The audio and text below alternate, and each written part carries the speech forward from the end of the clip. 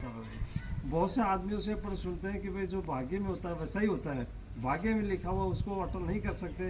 ये बात तो सही है, निश्चित सही है, लेकिन हम भाग्य में जो लिखा होता है कर्म, जो उसको कर्म के द्वारा अपन थोड़ा उसको टाल सकते हैं, यानी कर्म करके उसको एक छोटा सा चुटकुला मैं आपको बताऊं कि भाई जो भाग्य में लिखा होता है वो कर्म के द्वारा उसको कैसे टाला जा सकता है। एक बाबा जी जो थे कि बहुत महात्मा संत महात्मा थे, और संत महात्मा के दो शिष्य थे उनके। अब दो शिष्यों में अंतर था, दोनों शिष्यों में, कि एक शिष्य तो सत्संग में जाता था, अच्छी अच्छी बातें सुनता था और बड़ा विद्वान आदमी भी बन गया था। वो इस तरह से जो जाता था और सत्संग की बातें सुन करके बाबा जी के पास में आ जाता था वापस। और एक उसका शिष्य था, एक शिष्य उसका ऐसा था जो गलत कार्य करता था, वेश्याओं के पास में जाता था, इस तरह से गलत कार्य मार्ग में पड़ गया था, वो इस तरह से आ जाता था। तो एक दिन की बात है, संयोग से एक दिन क्या हुआ कि उस जो इसमें अच्छे सत्संग में जाता था शिष्य, उसके तो जो है एक पैर में एक कील जो थी वो कील चुभ गई, बहुत है उसको पीड़ा हुई, उसको दर्द हुआ।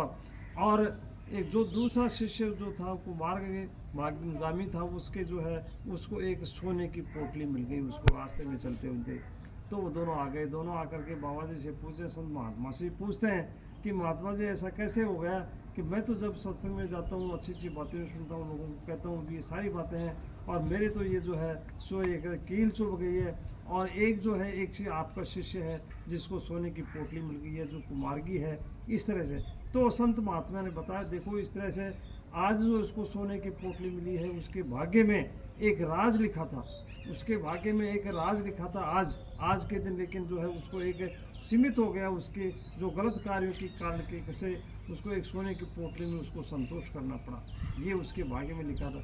और आपके भाग्य में आज मृत्यु थी, मौत थी आपकी, लेकिन उसमें आपको जो है इसमें एक भगवान ने जो है एक कील जो है चुभो करके आपको उसकी आपको मौत को टाल दिया। इस तरह से आपने अच्छे कर्म किए थे, सत्संग में जाते थे, सत्संग में जाकर के अच्छी बातें सुनते थे, इस तरह से जो है आपका जो उसमें ये जो इसकी मौत को टाल दिया गया। तो निश्चित सही है कि भगवान की जो हमें भक्ति करेंगे तो भगवान की भक्ति के द्वारा हमें जो है हम उस भाग्य में लिखी हुई चीज़ों को भी प्राण सकते हैं। कि निश्चित जो है मनुष्य को जो है भगवान ने सबसे सर्वश्रेष्ठ प्राणी बनाया है सब जीवों में। सब प्राणी जो जितने भी हैं प्राणियों में मनुष्य को बताया, उसमें भगवान उसको कहते हैं कि मनुष्य को कहते हैं कि मनुष्य के तू करता वही है, तू करता वही है जो तू चाहता है, लेकिन तू कर वही जो मैं चाहता हूँ। यानी उसमें बताया गया है कि तू करता वही है जो तू चाहता है, लेकिन इसमें होता वही है जो मैं चाहता हूँ। अब उसमें कहता है कि भगवान कि तू कर वही जो मैं चाहता हूँ, फिर होगा वही जो तू चाहता है। तो निश्चित सही है कि भगवान उसमें बता रहा है कि उसमें आपको मनुष्य को अच्छे कर्म करेंगे तो हमें अच्छे जो है प्राप्त। एक अपने को क्या अपन किसी की जो किसी को प्रेरणा दे करके किसी का मार्गदर्शन करते हैं तो वो भी एक प्रकार की सेवा है। तो निश्चित रूप से भगवान की भक्ति में हमें लीन हो जाना चाहिए, भगवान की भक्ति हमें करनी चाहिए। और जो है धन्यवाद।